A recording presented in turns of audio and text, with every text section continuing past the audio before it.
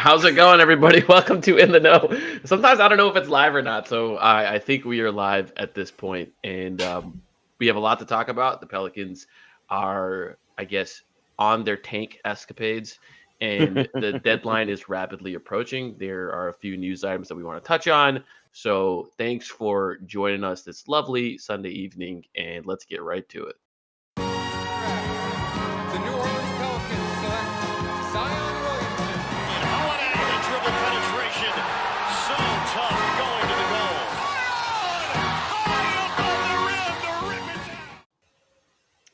Mason and Jeremy, hey, hi, how you doing? What's going on? How is actually? First of all, we haven't recorded since the snow day. Mason was not here to participate in the snow day. Yes, he gets all the snow in the north. We're gonna leave him out of this conversation. Jeremy, how was the snow day? Let me tell you, after the third band of snow, I thought of Mason and I thought that you wished this upon us. After we looked at our grass and it was nothing but green grass. We had fun for the most part, but yeah, at that 3 o'clock round, I'm like, this ain't cute no more, man. This is real snow. I don't know what to do with this. Yeah, we got 10. My yard got 10 inches. Same. Never So, seen anything like it in New Orleans. no. And it was a ton of fun. We let our cats outside. They had never seen snow in their life. And one of them, we opened the door. He just like sniffed at it, sneezed, and was like, "Nope, I'm done." And then the other one was a little adventurer, and she was like going in it, and then she got into one part that was like way too high, and she did not like that because she was like sinking into it, so she didn't like that sensation. But yeah, and then the next day they were like ready to try again. They were like, the snow's still here, let's try again. So they had fun. It was good. Yeah, I'm sorry, Mason, you can't relate to snow at all. No. No, y'all, it's. I mean, the pictures were incredible. Like seeing all these New Orleans landmarks covered in snow, just like it looked like artificial intelligence. It didn't look like real pictures, you know.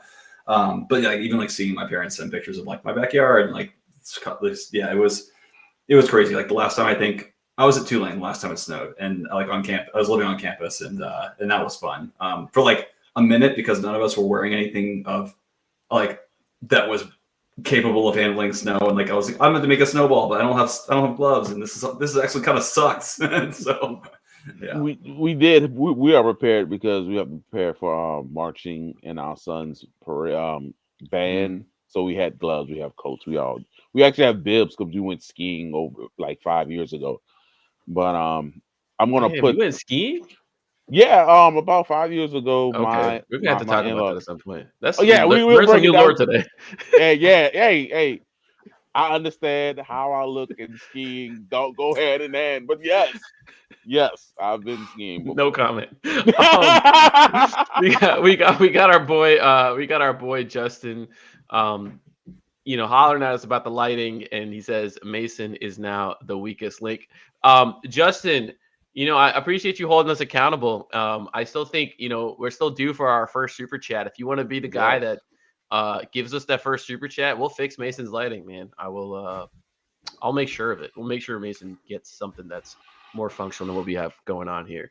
But yes, let's thank you for everyone who's in the chat already, and thanks for joining us. We have a couple of Pelicans related points we want to touch on before we get to the stuff that you guys really want with the trade deadline and stuff. So let's start it off with Dejounte Murray. The Pelicans ruled him out of the game in Charlotte. The guy has been listed questionable on every single injury report, basically since he's been back. And whether it's been a shin, whether it's been elbow bursitis, whether it's been this one was a hand sprain or something, Yes. or rather, he was out, and it's significant.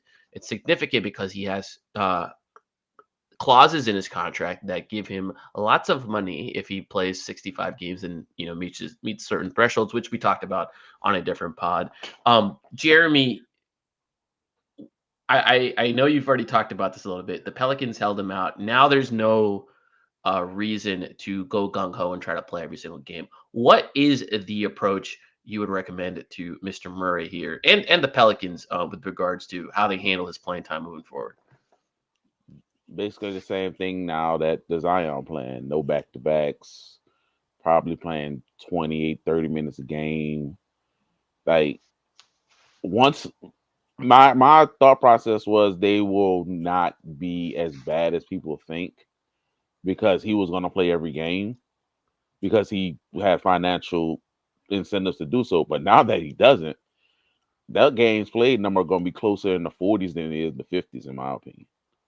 Like, there's no reason to push it now. They're not going to win.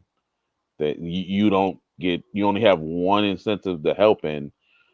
Hey, bro, if you go hot, go 8 or 9 from 3 and then sit.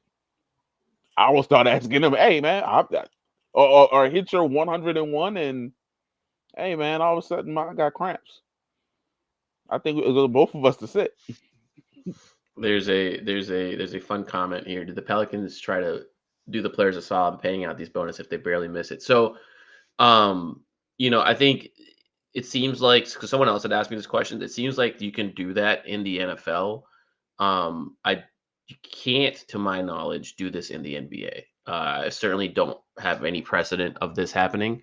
I think their CBA is a little bit different. And so I think, and with the Pelicans and their proximity to the tax, I would say they definitely won't pay out any of these bonuses. So it's just is what it is. It's in the past now. Okay, so I think there is a couple of things we want to talk about with regards to Dejounte here. The key one here is Dejounte really affecting games, and it feels significant. So let's, Mason, I want to kick it to you. We've seen how the Pelicans looked when Dejounte was initially out with that hand injury, and then now he was out against Charlotte, and they had one of their lowest point outings in a long time. After all their markers had been trending in one way. Just what has Dejounte been able to bring to the offense that you've seen? Yeah, I mean, so I was at the game in Memphis on Friday night, and that was a barrage. And look, I would say Dejounte pulled a little bit of his inner Brandon Ingram in that game, and so the shot selection that he had, but the man couldn't miss, and I think just generally speaking, Dejounte is one of those players that anyone who can really impact the game offensively without scoring, I think it's powerful. And so whether he's setting up teammates, whether he's crashing the glass, because I think that's what we may talk about this a little bit later. But the Pelicans don't have a lot of strong rebounders, right, on this roster. We talked about it before the season because we didn't have a center really going into the season, and so being able to kind of contribute in areas where the Pelicans are deficient is impactful, right? And I think that's a big part of this is not just guest appearance. This one did not want the snow. I put in the chat, I don't know if the link went in, but I put a check of Fudgy playing in the snow if y'all want to check it out. Yeah. So to me, it's as much about the things Dejounte does well as the things that he does that the other Pelicans don't do, right? And so I think he fills a lot of gaps this team has. And so I think that's why you see him able to make an impact when he's not shooting the ball well. And now he has been shooting the ball better lately. So yeah, I mean, it is meaningful with not having him on the floor. I didn't expect that meaningful difference against Charlotte on Saturday night, but yeah, I mean, I'm curious how far they go in the direction that Jeremy was saying around, managing his minutes, managing his games played, because it'll impact the team, obviously. So I spoke with someone on the Pelicans today who said, oh my God, hold on. Alarms. Fernando shots out for the super chat. Let Trey cook. Yes. This is the number one time to let Trey cook. Ain't that many other people need to take shots, baby. We are finally going to be able to get Mason a lamp. I'm going to go to Goodwill tomorrow. The lamp going to cost less than the shipping to get them. Oh, my God. I thank you, Fernando. I appreciate it, Fernando, man. Appreciate it. I spoke with someone on the Pelicans today, and they said the hand situation with Dejounte is significantly better today than it was yesterday and a couple of days ago. So I wouldn't be surprised if this is a situation where Dejounte has kind of more say on whether he's playing um, than the Pelicans do. So I think he's that type of player. I've mentioned on the podcast, but I asked Dejounte about it specifically. Like, why do you take pride in playing every single game? And his response was to the effect of like, like I came for nothing and like I don't take any of this for granted. You have a limited window to play, and I'm going to try to maximize it in every which way possible. And so that's always been his approach to the game, and I wouldn't be surprised if like as soon as that hand is like relatively normal, he goes back out there and he's just like, I'm continuing to play. Which, for our draft nicks, our lotto ball rooters, shout out to Eli on the Discord for giving us awesome emojis. We have awesome emojis in the Discord now where there's a literal Cooper flag. There's a flag, a white flag with Cooper flag's face in it. There's ping pong balls and paddle. It's been awesome. But yeah, for our draft nicks, like maybe you want to sit DeJounte, given how bad they look when he doesn't play. I think my question to you guys is, it seems like there is an apparent need for creation on the team, like shot creation, playmaking. And you see it with Brandon too, right? When Brandon plays, like they're better.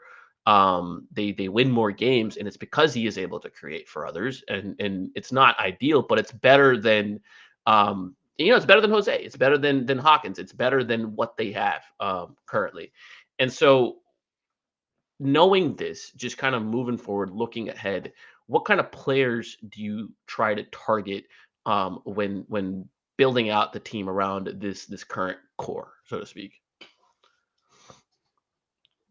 You're gonna need a backup point guard. Like sincerely, you need someone else to give some creation.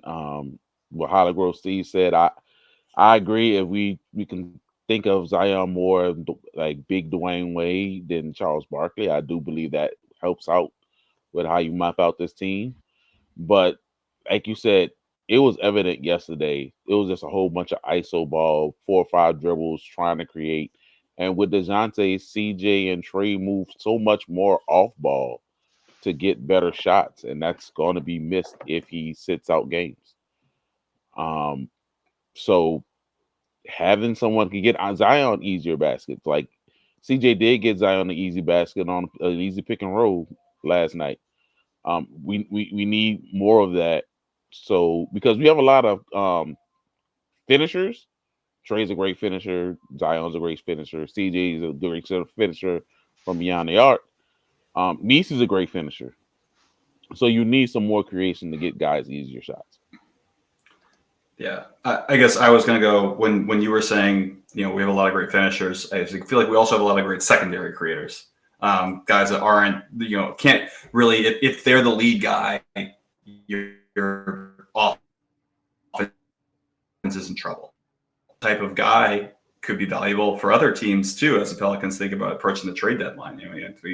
CJ is a great, I think I would argue he's a pretty damn good secondary creator. But if he's your lead guard, as we've seen with this Pelicans team, your offense is kind of in trouble. And so I do think that we've seen over the limited sample size now the reason for the Dejounte Murray trade. I mean, and I think it was easy to get lost in when he was hurt, and Dyson was putting out stats for Atlanta. Oh wait, why do we make this trade? And it's there it is, right? And so even as you get into next season, all right, we're going to talk about Schmitz lighting here in a second, but even as we get into a healthy environment for the Pelicans, whenever that happens, a guard like Dejounte makes this offense go. It's better now, by the way. And to John's point, you said, Alfred Payton did a serviceable job. And then, I think Jose does an incredible job for the role that he plays in. But I do think a lot of value that Jose ends up providing is as a connector rather than a person who is actually like breaking down the defense, or be someone who breaks, like Mason said, talking about those secondary creators. Like Jose's amplified when Zion's out there, right? Primarily, he's shooting a lot of threes. But if he's not shooting those threes, he's attacking those closeouts or getting in a secondary pick and roll and then getting into the teeth of the defense and then playmaking out of those situations, right? Having someone that can more reliably operate, because Jose is someone that's proven he can play off the ball, right? He's not someone that needs the ball. Having someone that can reliably operate and create advantages for the Pelicans, I think, is a skill set that they should continue to look to try to add on this team, whether it's through the draft. When you're looking at guys, if they end up in the top 2 pick in Dylan Harper, or in the top 4 with Kasparis, guys who can really play make, or whether it's in free agency or trade, if the right situation arises where you can get a guard, specifically a bench guard, like that is something I think will help them stay afloat, or I guess not be as drastically bad offensively when guys like Dejounte miss time or guys like Zion miss time. I think that's their key years. When they miss time, they just look so bad. Just looks so bad. I mean, so I missed the game on Saturday night because, like I said, we were in Memphis. We didn't catch the Pelicans game the other night. But what I guess was how bad the Pelicans were offensively. Did you feel like watching the game was an aberration? It was like it shouldn't have been as bad as it was, or was it just really like, holy shit, like this without, it shouldn't be this bad with Dejounte, Yeah. You're talking about the Charlotte game, right? Yeah, the Charlotte game. Right. So I think we lost Jeremy because of his mic, but Jeremy definitely had a lot to say. I'll speak on his behalf here. The Pelicans, like, they stopped passing the ball. They just were like in a mismatch hunting ISO offense, which is what often turns into when they press the small ball button around Zion, which is what they did. They played a lot of small ball. They played Z at the 5 in theory with CJ and Hawkins and Trey, and Javante was most frequently the other member in that group.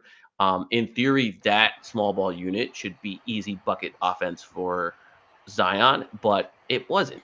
It did not. Am I back? Yeah, you're back. All right. It was not offense, and Charlotte was. I mean, it hurt that Trey and CJ just couldn't hit from beyond the arc. I think that's part of the issue. But when you look at their potential assists from that game, no one had over 9, and that was Trey. Trey led the team in potential assists at 9. But yeah, Jeremy, we were just talking about how they refused to pass the ball during the Charlotte game. Yeah, I was actually going to talk about. I hope the Men in Black didn't make you forget everything that happened with your lighting, but yeah, it was just like I said, no passing, 3, 4, 5 dribbles trying to make something happen. They had Charlotte's defense looking like the Detroit Pistons in the odds. Like they tried not to lock people down, and it was just bad offense. Yeah. It was one of those like classic Willie things on display where you're just like, okay, like certainly there's got to be a plan other than, oh, we're gone small and it's Zion's at the 5. There's going to be offense. Yeah, it was a bad. Are you, Jeremy? Is that where you're coming from? Hey man, I just have this luscious, long flowing hair, and I take all jokes. Last week I was a rock star. My wife said I look like her, and now I look like Dorothy. I guess so. I'm gonna take them all, or the Cowardly Lion. Either way you want to call it, I'm here for. Love it. Because like I watched some Hornets with LaMelo Ball. LaMelo Ball's been arguably the worst defender in the league this year, and so when he plays, the Hornets usually hemorrhage points. And so I was to see that type of struggle against a defense, a Hornets defense with LaMelo playing. They had no big men. Very surprising. Yeah, and that like Mark Williamson like when they got to the paint, they scored with ease. Or unless they missed on their own. Like I looked at the shots and I was like, yo, some of these layups are just bad, bag bounces. I started wondering if they were tired, but also it took so many dribbles to get to the paint. And that was the most troubling thing. There was no movement. There was no anything. Yeah. Definitely a night that you can write off, which we'll take. We'll take for the lotto odds. The lotto gods will take this sacrifice. We appreciate that, Pelicans. Wanted to push the conversation forward. Let's talk about Yves Missi. Let's do a midseason check-in. Roughly, they're I think they're halfway through, a little bit over halfway through. Just wanted to get your guys' input on him as a player, his production, and just kind of what you see moving forward. So right now, he's in, I would say, a little bit of a slump after winning the Rookie of the Month in the month of December. Just what have you guys noticed from him this last month that may be contributing to those struggles? A couple things. One, you're on the scouting report now, homie. We are trying to stop you. We're trying to push you out of the paint. We're trying to stop you from getting those pocket passes, trying to keep you off the boards. Second, he is leading the Pelicans in minutes. When he was drafted 21st overall, we had no expectations for It's an him insane to. stat, by the way. Yeah, exactly. We had no vision of him playing meaningful minutes, let alone leading the team in minutes. And the rookie wall may be smacking him in the face because this was not the plan. It's part of development. Yeah, I mean, I this could be a little bit of my own bias, but I feel like I have to. It feels like he's playing more minutes against real players right now than he was, and so it just felt to me early in the season. And this is, I think, a smart decision to have him. His minutes were kind of mixed in against backups and against a decent amount against second units, coming off the floor early in the first quarter, third quarter, things like that. And it feels like lately he's been getting more run against real, fives, real starters, and also so I think a little bit of this is the training wheels are off a little bit. We know we can at least trust you a little bit, and I guess I just kind of expected this a little bit, right? I mean, a lot of rookies hit this kind of wall where I think Jeremy's exactly right. You're on the scouting report now. Teams know who you are, and what you can, and most importantly, what you can't do. And so I think that's a piece of it too. But also, I would be curious to see if it's just my own cognitive bias and the data doesn't back up the fact that it feels like he's playing more minutes against real bigs versus like second unit players. Hey, there's no night off when it comes to playing against bigs in the NBA these days. The league has gotten huge. But I guess what's a pathway forward for him kind of out of this struggle? Like how does he get to becoming an impactful player? So I guess before I do that, I do want to call off some stats here, which I think are important. The Pelicans are, per cleaning the glass, minus 4.9 when Yves is on the court, and they are they are a 15th percentile defensive rebounded team when he's on the court. I think those are key numbers there. So is that something that he can reverse in terms of defensive rebounding, or is there a pathway for him to be an impactful player but not be the strongest defensive rebounder? I think he has gotten a little too happy.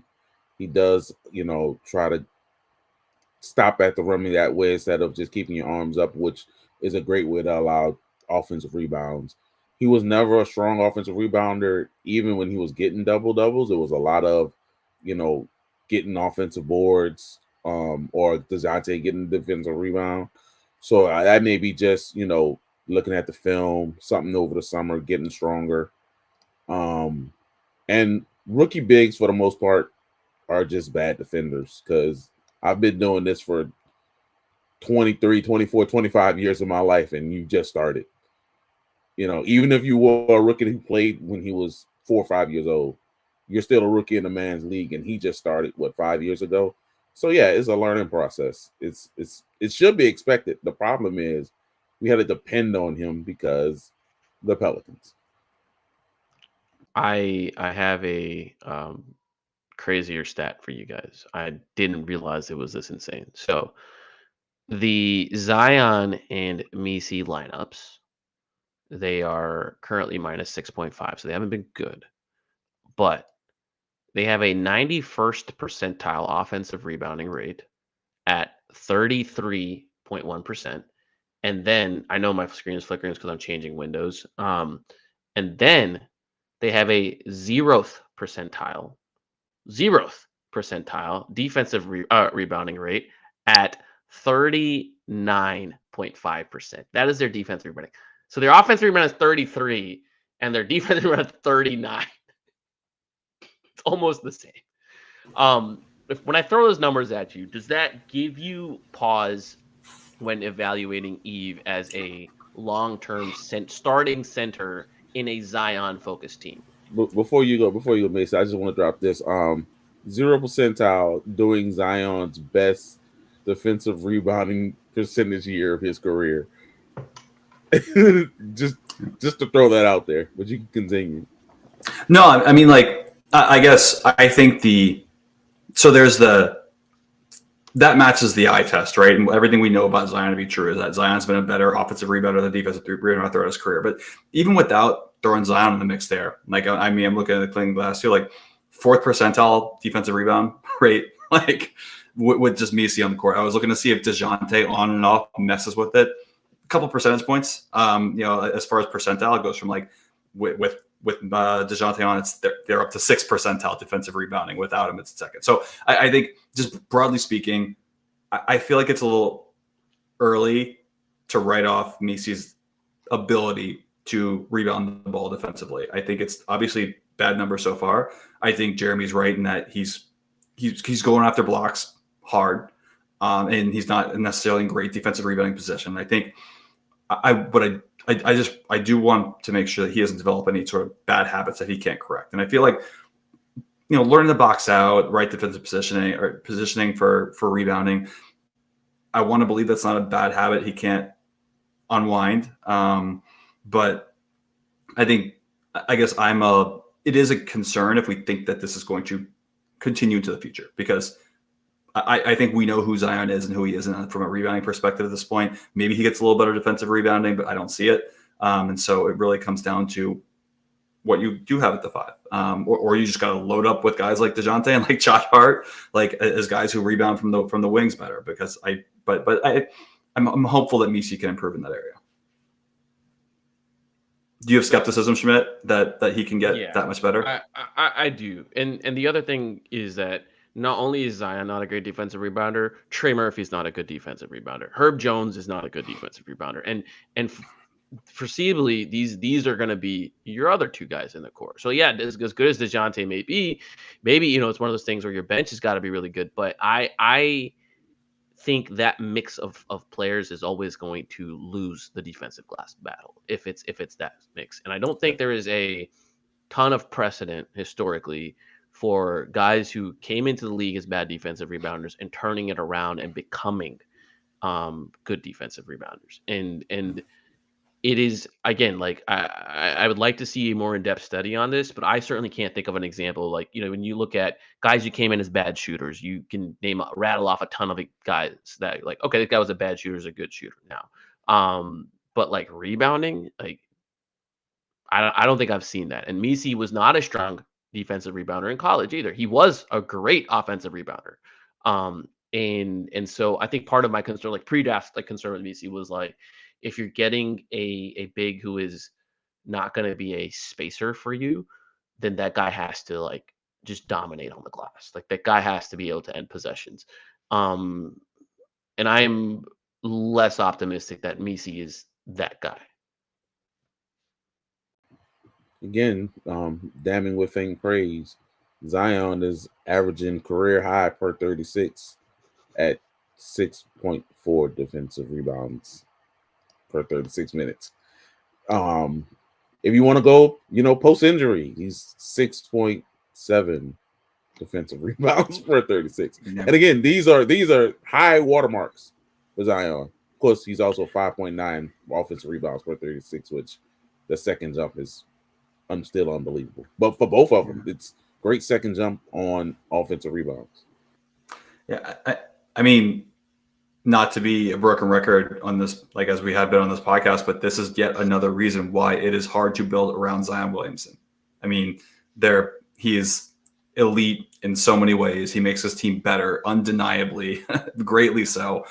But putting the right pieces around him as a big who does not rebound the ball well, does not shoot the ball well, it's as a 4, it does get challenging in certain areas, and this is one of them. I love the guy, but he's the biggest tease in the NBA, man. Z is the biggest tease in the NBA, and it's just so hard, like you said, to build around him because we don't. He improves one way, and okay, let's try to go with his improvements, and then he misses 25, 30 games, or that get just the biggest tease, man. But I love the dude. He's exciting. I watch him play every time. He's been amazing since he's been back. Yeah, I mean, yeah. To answer John's comment in the chat, he said, "Why did we let Jonas walk for nothing?" It's money, baby. They're over the tax right now. Yeah, they didn't make any other signings. They weren't able to make any. I mean, yeah. and I don't want to say he's the product of his environment, but my man going through it in Washington, bro. If you watch him play, it's not the best experience for my man over there. He's in the worst team in the league, and he's so used to 15, winning. And he's playing less minutes. Yeah, they're sitting him. They're letting Alex Sarr do Alex Sarr things. My man going through it, bro. They played the Suns, and like JV would come in and kick the Suns' ass, and then they'd be like, "All right, you're doing too much." Then like Alex Sarr, come on in. gotta lose some games here. Yeah, look, I think this puts the Pelicans again, kind of a conversation we had with Dejounte, in like, okay, like if you identify a clear gap in playmaking when guys sit out, same thing here. There is a massive and apparent. This is not even when guys sit out. This is when guys are available. This is a massive and apparent gap in rebounding, and that is a need that they're going to need to continue to address. And if you look at the West, if you look at the league, everyone's getting huge. Their division has Wemby. Their division has Zach Edey. Their division has Sengun. Their division has Lively and Gafford. And Gafford made Yves look small. Gafford's not a huge center, right? Gafford made Yves look not great. Yeah, Jeremy. I was trying to write my Western All-Stars ballot, and I couldn't find many guards, but I could find a whole bunch of dudes 6'10" and above. Like, it's a lot of them, and that's with Cat leaving the conference.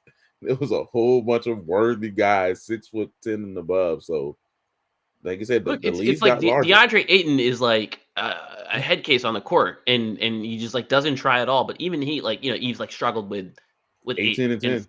Yeah, and so it's one of those things where it's just like, yeah, and I think, look, to the Pelicans' credit, like, I think they are very aware of this. I think they are not going to view Yves as a guy that prevents them from pursuing other opportunities in the big. If Cleveland, for whatever reason, is wanting to go in any other direction, which is not going to happen, they're like the second best team in the league right now. Pelicans would love to go after Jared Allen, right? They would love to bring in a big, bruising big that can rebound, but I think they would prefer him to be mobile, like Jared Allen is. Right? That is the big thing there. They were super in on Zach Edey in the draft. I keep telling people that they loved Edey in the draft. They loved Klingon in the draft. Like, I think if the lotto balls shake out to where they're kind of out of position for some of these premier perimeter players, and the best available player is a big, they will take him. Like, I feel pretty confident saying that if that is what their scouting and everything leads them to believe, the best available player is a big, they will take him. And I think that's encouraging process. Like, Yves at 21, he's going to be a rotation player. That's huge. That's a hit. That's a hit right there. He's going to be a rotation player. He's going to be able to toggle in and out of the starting lineup depending on how you configure your team. And he has a handful of outlier level skills, or tools, I should say. His athleticism, his offensive rebounding, and we'll see if his shot blocking gets to that level of, like, do not come near him, because right now this is the other area that is not so great is the blocks are loud, but analytically, he rates as one of the worst rim protectors in the league. The Pelicans just give up an incredible amount of points at the rim and in the paint when he's on the court. And I do think some of that's a product of having a ton of non-rotation players play a ton of minutes over the course of the season. Herb Jones has been hurt for a lot of the season.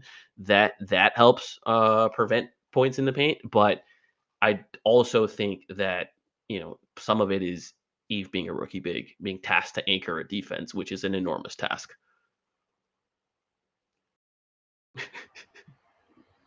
I pulled this up and I wanted to say, you got to read it for the audience. Yes, for the non-viewing audience. It says Jackson Hayes with work ethic. As I put on the defunct Twitter profile, I would have taken Jackson Hayes at 21. You take that gamble on that athleticism in 21. If you get Jackson Hayes with insane work ethic, you hit. That is a draft hit. He's gonna if he's a rotation big for 8-9 years. You did your job as a scouting department. So just because we're saying that he's lacking in certain areas that he can improve or he may not improve, look, Thomas Bryant is still playing in the NBA. Okay, but he was playing over Kel'el Ware. Can we talk about that for a second? Miami selected Ware. He's now a Pacer. He's now a Pacer. And with Thomas Bryant, he was the one sealing on LeBron James's record-breaking bucket. So Thomas Bryant believes in Thomas Bryant. Okay, so but Jackson Hayes. Give it to me. Jackson Hayes at 21. You take that with work ethic at 21. You take it every time. Okay, but Miami, incredible org, right? Incredible things are happening there. They were playing 40-year-old Kevin Love and Thomas Bryant over Kel'el Ware, who was now outplaying Bam Adebayo. I mean, look, we'll see if it holds up. No, you're right. No, don't. He is outplaying Bam right now. Bam has not been good this year. Bam Adebayo. Bam has not been good this year. Yeah, and he's been incredible. He's blocking shots. He's hitting threes. He's rebounding. He's putting up 20 and 10 a night. This guy might make a push for the rookie of the year. He might end up being that. And again, I think it's honestly like I go back to one of my big things is like people really underrate bigs. The best players from this draft class, like at least 4 of the top 5 are probably going to be bigs. Maybe not 4, but 3. 3 is like very possible with Klingon, Edey, and Ware. Bigs. I would love for Missi to be the 4th there. Would love that. But yeah, let's transition this to the trade deadline since we've already talked about Miami. This is where I'm sure a lot of you guys are tuning in for. So if you have any trade related questions, just pop them in the chat. But I want to I guess level set with where the Pelicans are at, and then just kind of get your guys' opinion on things. So based off of conversations that I've had recently and based off of public reporting, there doesn't seem to be a ton of movement right now league wide, and a lot of that is Jimmy Butler and the Beal situation being a fly in a lot of people's ointments, right? And so that is a difficult situation that teams are trying to dangle with or wrestle with, because all the teams that kind of have the bandwidth under the tax or under the apron to be facilitators in deals or to absorb some CJ type situation, or maybe make a play at Ingram, they are waiting it out, seeing if they can be opportunistic and get in on the bonanza that is going on over there. So that's been difficult. The second thing that's been difficult for the Pelicans on a personal level is the Brandon Ingram injury. It is very, very, very difficult to trade a player who is not playing games. There was a Scoop B report that he's 2 to 3 weeks away, which puts him outside the deadline. And that is so unfortunate. So unfortunate. So we'll see. I think we're looking at a reality here. I think the Pelicans' position is they do not want to attach picks to CJ to move him. And I think that is a good position to have.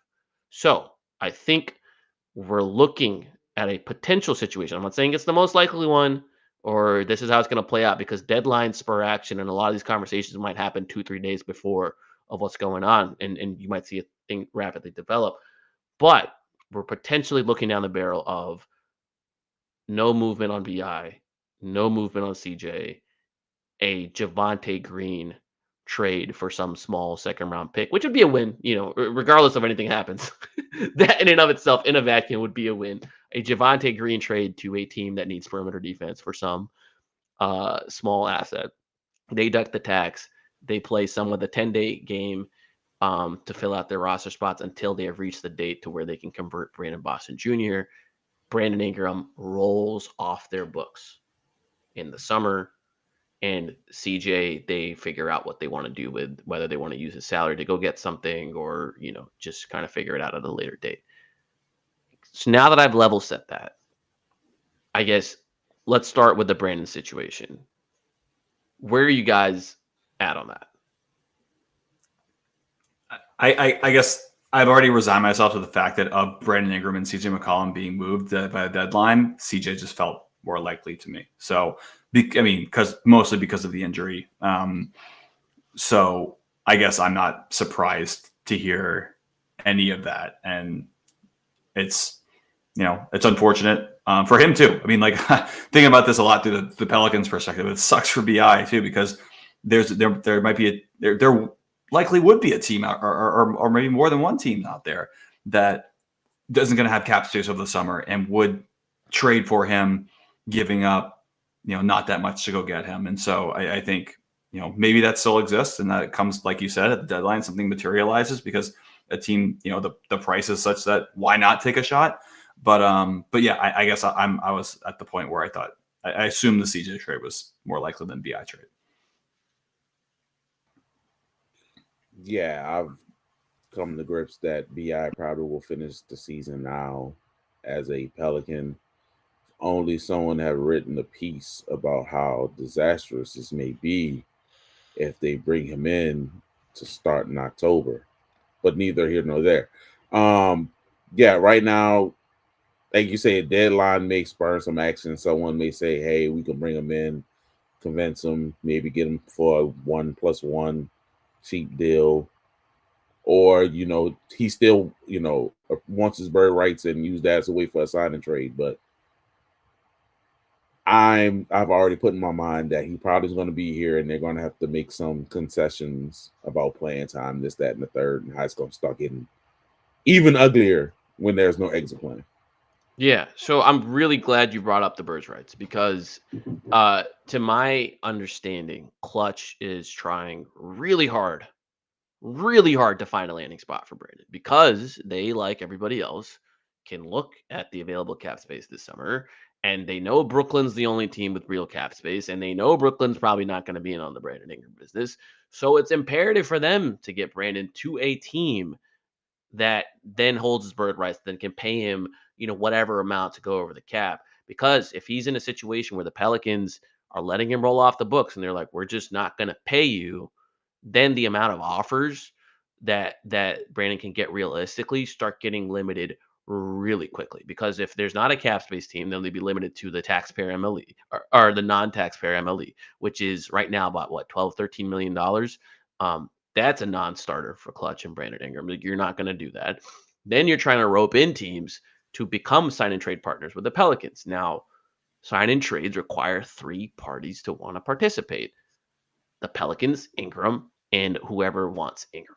And if the Pelicans are like, this sign and trade doesn't make sense for us because we're going to have to take back money that we have no use for, that puts us over the tax, then there's no sign and trade, right? Then again, Ingram's staring down the barrel of, okay, is $13 million the most that I can get? And that's an insane situation to be in if you're Brandon Ingram, who had, I believe, about $160 million on the table this past summer. Well, technically, he had $200 million on the table from Utah this past summer, right? That's an insane situation to be in. And so I think the Pelicans, they are super mindful of the fact that any Ingram trade that they have to do at the deadline has to thread a super fine needle. And that fine needle is not taking on unwanted salary, keeping them below the tax, and actually making sense for them and taking back whatever, is coming forth, right? So that's one of those. Yeah, sorry, Mason. No, I mean, Chris, one of the comments in the chat around, based on exactly how you described that scenario potentially unfolding for the for BI, there's probably some gray area there where Clutch and the Pelicans look at each other, having a standoff and say, all right, 20 million, 25 million for a year, like, or some sort of hedge between, the money he was looking for and the money he's facing as in the non-tax MLE if he were to hit free agency.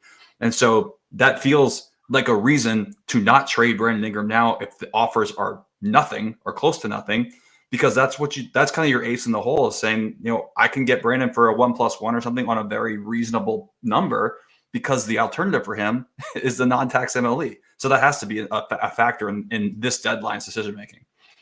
It is.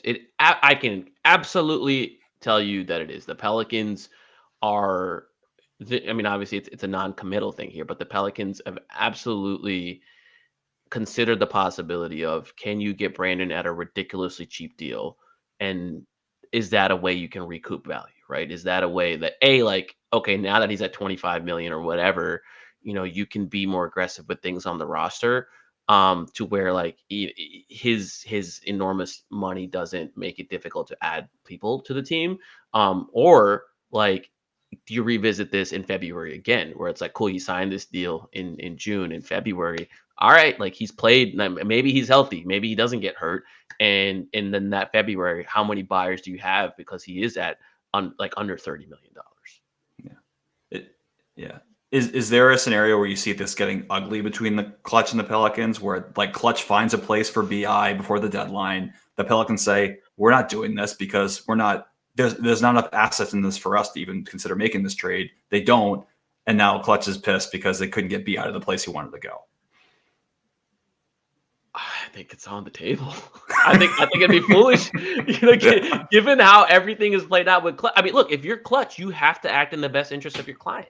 Yep. And every agency does that. I'm not saying that they are, bad faith actors here. If they legitimately found a place that the client wants to go to and is willing to pay them, of course you're going to be pissed if the Pelicans aren't willing to work with you. And then it's going to be one of those things where you might see headlines out there the Pelicans are this, that, and the other, and all that kind of stuff. And to make them look like they know this playbook, they've done it before, right? But it's got to be a situation. You kind of saw it with the Anthony Davis thing. You guys are idiots for not taking on just Kuzma, Rondo, and whatever. Yeah. Whatever that trade was. It's okay, that's not how it works. So yeah, I think you can. I think you can get ugly. Absolutely. I do think that Griff and Rich Paul have always had a good relationship. And it's always been one where Griff has done best by Rich's clients in a way that's also made sense for Griff, but everybody on the LeBron team got paid, right? Tristan Thompson got paid. I forgot who else they had. I think Shumpert was part of Clutch. He got paid. All the Clutch clients in Cleveland got paid. Got to New Orleans. Nerlens Noel would disagree, but that's neither here or there. But was that a Griff thing though? Was that really a Griff thing? It wasn't a Griff thing. Exactly. So yeah, so it's that. But then you come to New Orleans, Lonzo gets to the place that he wants to go to. Yep. AD obviously gets to the place that he wants to go to. They allegedly here. Work together to get Dejounte here, right? That is the story that they told. So yeah, it's one of the look. They can say anything, man. I can't confirm that or deny that. I'm not. They said it, not me. Right. So I think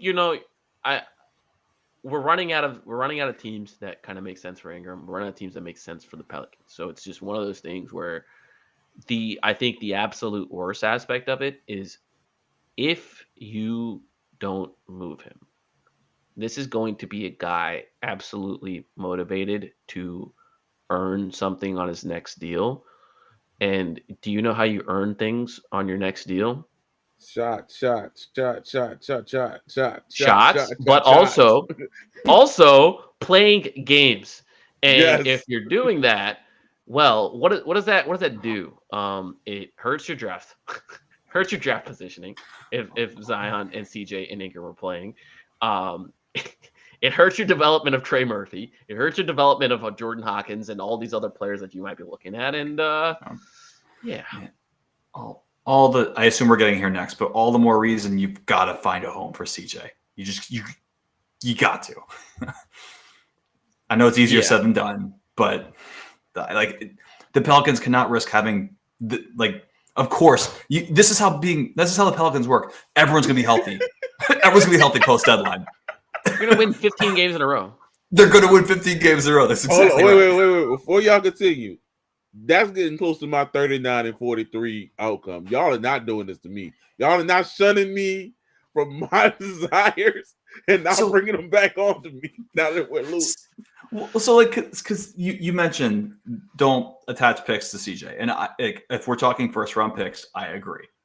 Without a doubt, if you have to put a first to CJ, but that's the thing. You have one second round pick, right? You got 1 second round pick. They have some swaps, right? So they traded the 2030 and 2031 swaps to Orlando, I believe.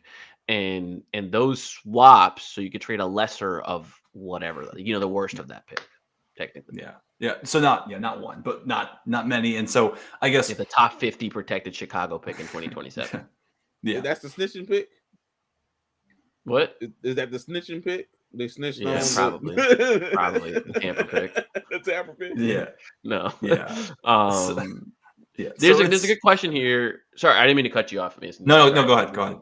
No. Yeah, so there's a question here from Fernando. Again, shout out Fernando. Appreciate the thank you, Fernando.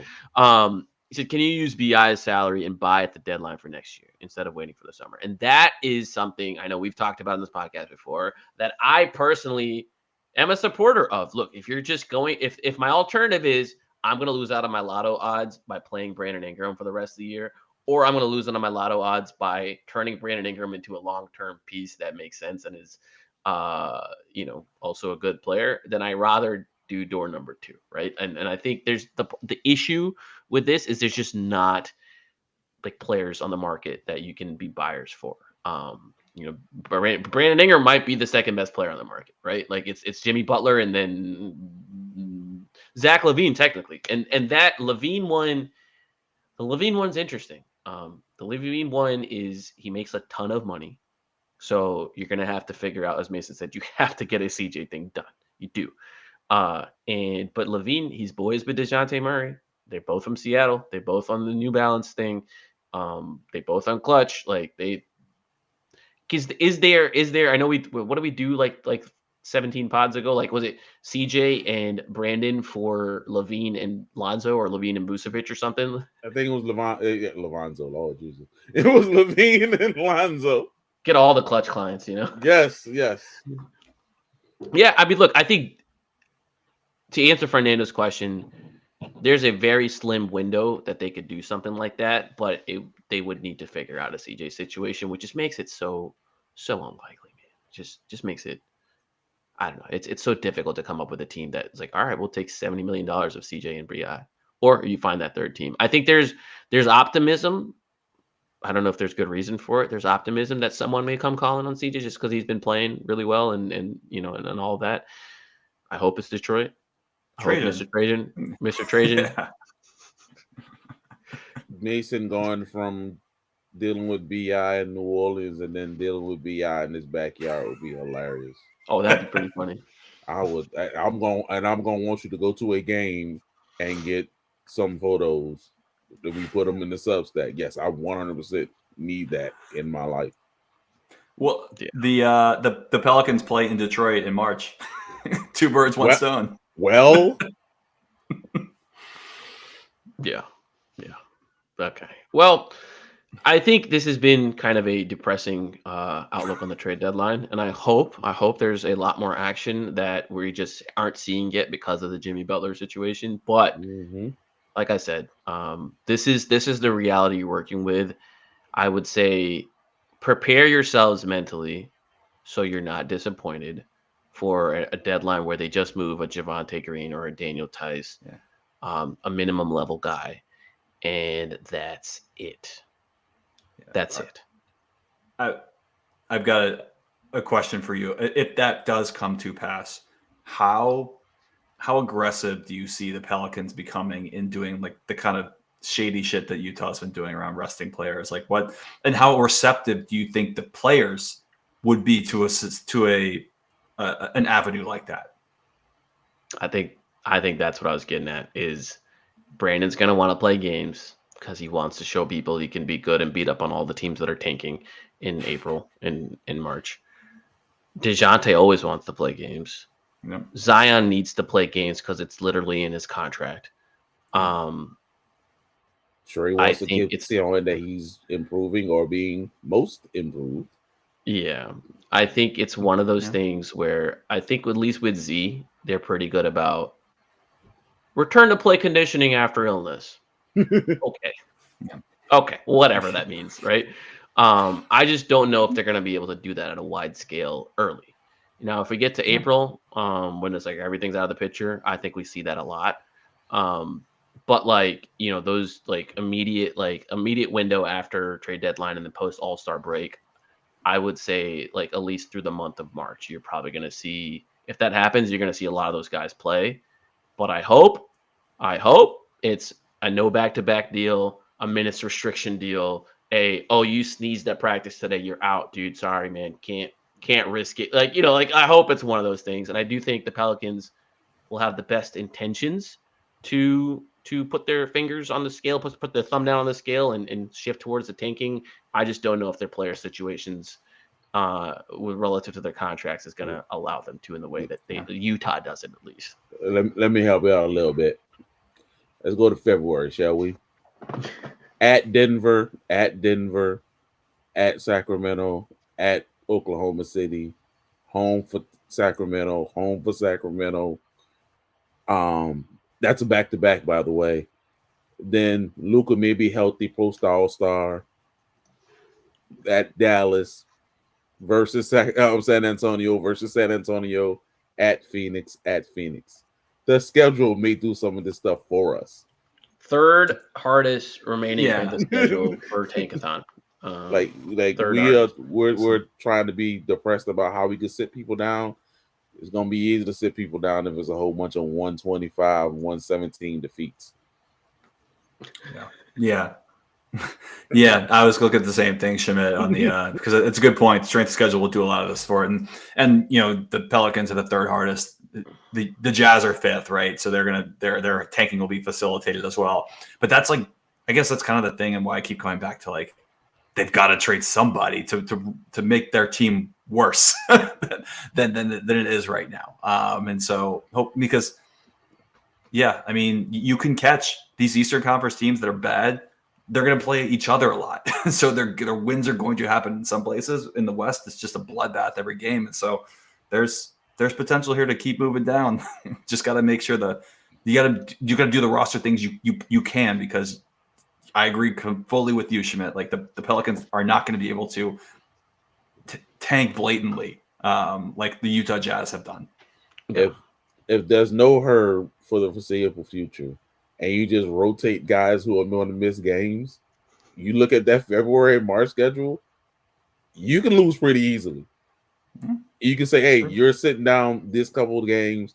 You'll play 32, but you're going to sit this game, this back-to-back, and we just have rotating starting lineups. Hey, man, if there's competing agendas on the team with guys and shots, they'll lose games. They'll lose games. Don't you worry. They have ways to lose games without quote-unquote taking. They could just be bad. Yeah, man, that's tough. All right, fellas. I want to end this segment giving a shout out to our friend Christian Clark, who is covering the Dallas Mavericks and has brought the curse over. Poor Christian Clark, man. I'm so sorry. Poor Mavericks, man. Christian. And he's doing such great work over there with the Dallas. We're not Mavs apologists here. But my guy Christian, man, he wanted to go cover this team that just made the finals. And he gets there, and Luka's out. Kyrie's got something going on. Lively broke a foot. Kleber broke a foot. Gafford got kicked in the head. Like, what Najee's been out with a phantom illness, for a month.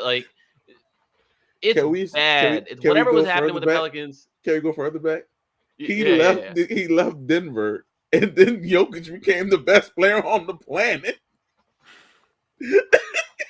And they won a title. Yo, Zion, best player on the planet. Hey, have you Black seen guy? Zion? Have you seen Zion since he's Menges time. Hey, man. Zion does look good. He Shout looks out good. Zion. We didn't talk about him. I'm not saying it's completely off of us yet. If we get Cooper, we're asking some questions about our man Christian. Christian, can you cover the Oklahoma City Thunder full time next year? And then can you go to the San Antonio Spurs? I need you to be the best West Conference writer. Just hops from team to team. Be the athletic Bam McMahon. Just cover the entire Southern and Midwest. Man, that's awesome. Shout out Christian, man. We miss you. Definitely miss your reporting here. There would have been 100%. 4 articles that were super insightful. Yeah. Appreciate everyone chiming in. Jay, do you want to take us home? Of course, thank you all for joining us live. If the audio phones, when you listen to us, we appreciate you listening. But come join us live, man. You get to see me rearing back in my chair laughing. And Mason's head covering his face as we can't control ourselves. But we love y'all. We appreciate y'all. Like, subscribe, hit the bell. And with that, we see y'all later. Oh. Rest in peace to the 9 passengers on that helicopter 5 years ago today, Kobe Bryant, and everyone else. So on that note, peace. Thanks, everybody. Thanks for listening. And once again, shout out Fernando for that super chat. Appreciate you.